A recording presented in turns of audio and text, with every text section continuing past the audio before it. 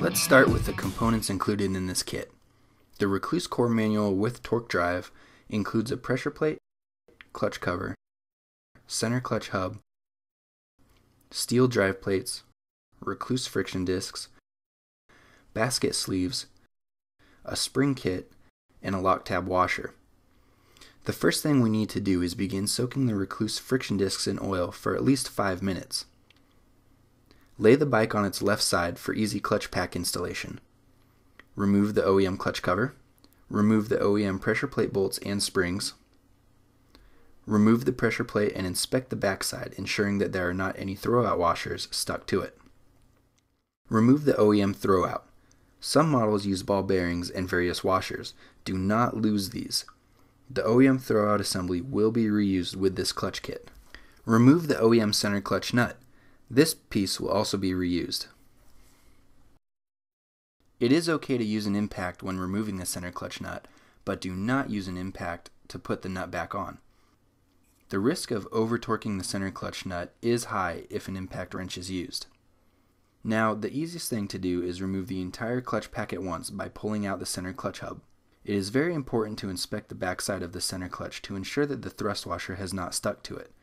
The thrust washer must remain on the main shaft, resting on the inner basket surface. Now that the necessary OEM parts are removed, we can begin installing the Rekluse clutch.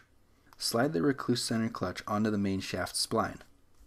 Place the supplied tab lock washer onto the center clutch.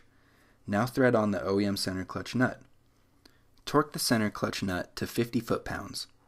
It is very important that the center clutch does not get over-torqued, or drag or damage can occur.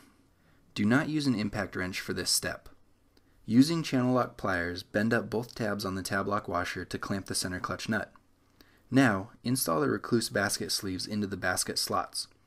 Be sure to install them in the orientation shown here. Make sure they are seated against the bottom of the basket slots.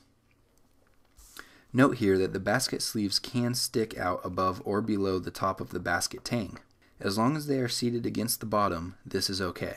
Begin installing the clutch pack, starting with a Rekluse steel drive plate. Follow this with a Rekluse friction disc.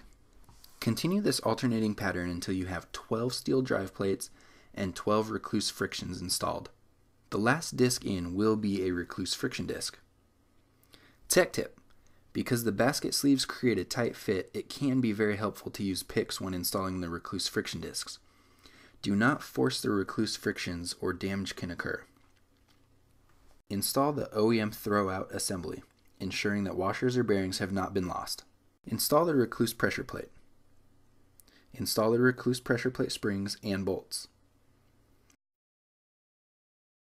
Torque the bolts to 9 foot-pounds. Finish off the installation by installing the supplied Rekluse clutch cover. The Rekluse clutch cover will be installed using the OEM gasket. Note here that an OEM cover will not fit. Also note that certain models require the installation of a brake pedal spacer to prevent interference between the cover and brake pedal. On cable actuated models, your clutch cable free play should be set up identical to OEM specification, usually about 10 to 20 millimeters of play.